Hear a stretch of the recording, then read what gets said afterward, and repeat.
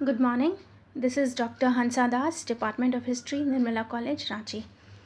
आज हमारी चर्चा का विषय है आर्थिक महामंदी या ग्रेट डिप्रेशन, जिसने 1929 से 1933 के मध्य अमेरिका के साथ साथ लगभग पूरे विश्व को प्रभावित किया था।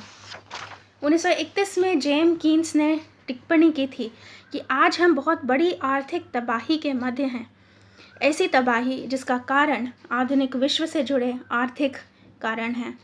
आर्थिक महामंदी अमेरिका में 1929 में शुरू हुई, जिसके बाद वह तेज़ी से विश्व के लगभग हर देश में फैल गई।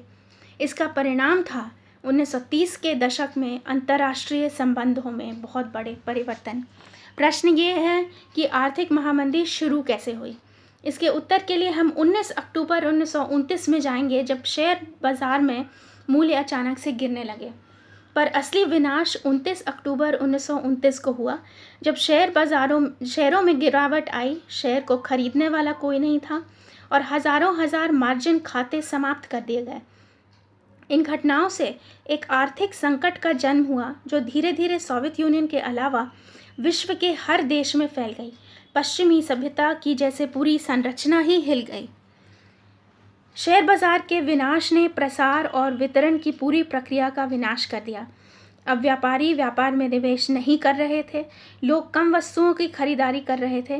पूंजीगत वस्तुओं के साथ साथ उपभोक्ता वस्तुओं में गिरावट आई, बेरोजगारी बढ़ी, लोगों की क्रय शक्ति कम हुई। अब हम देखेंगे कि आर्थिक महामंदी के कारण क्या थे। पहला कारण था कृषि उत्पादों का अति उत्पादन, अर्थात over production of agricultural products. किसान जितना उत्पादन करते थे, उनका उपभोग उतना नहीं हो पाता था। मूल्य में गिरावट आई और कृषि उत्पादों की खरीद में भी कमी आई। लोगों की क्रय शक्ति कम हुई। इन सब की वजह से फैक्ट्रियां अपने पूरे उत्साह के साथ उत्पादन नहीं कर पा रही थीं। इसका एक गंभीर परिणाम था मजदूरों की बढ़ती बेरोजगारी। दूसरा कारण था ओवर प्रोडक्शन इन इंडस्ट्री, उद्योग में अति उत्पादन। जो कृषि के साथ हुआ वही उद्योग के साथ भी हुआ।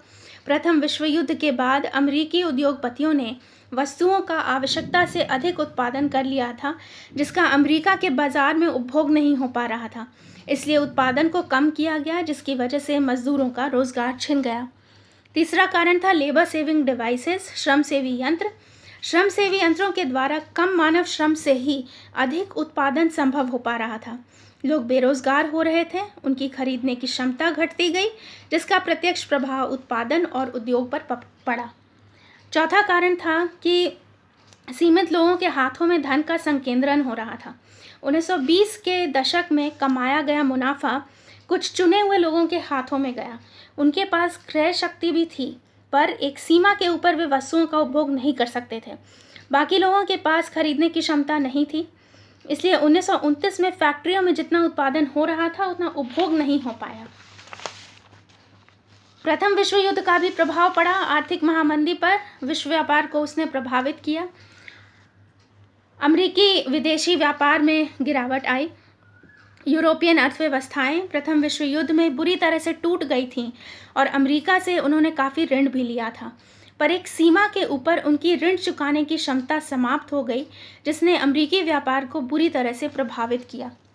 शेयर बाजार की सट्टेबाजी, स्टॉक मार्केट स्पेक्यूलेशन। 1920 के दशक में जिस धन का प्रयोग नए उत्पादन या रोजगार बनाने में किया जाना चाहिए था, उसे शेयर बाजार में लगा दिया गया। शेयर बाजार की सट्टेबाजी ने आर्थिक महामंदी पर बड़ा प्रहार डाला। इसके बाद कुछ अन्य कारण भी थे, जैसे उत्पादन जिस गति से बढ़ रहा था, जनसंख्या उस गति से नहीं बढ़ रही थी। इस प्रकार उपभोग और उपभोक्ताओं में कमी आई। साथ ही यूरोप, एशिया और दक्षिण अमेरिका में राजनीतिक अशांति थी, जिसने अंतर्राष्ट्रीय व्यापार को खतरे में डाल दिया था।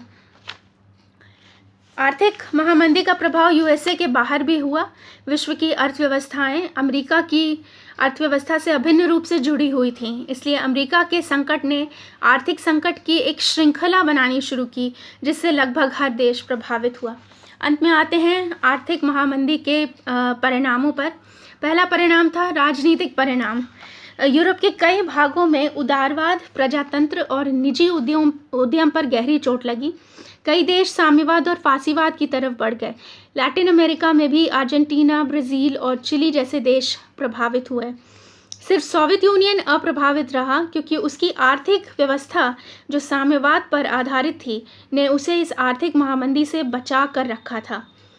अंत में हम ये कह सकते हैं कि आर्थिक महामंदी ने गिरते हुए मूल्यों, गिरते हुए उत्पादन, घटते हुए व्यापार और बढ़ती हुई बेरोजगारी के रूप में काफ़ी अव्यवस्था को जन्म दिया।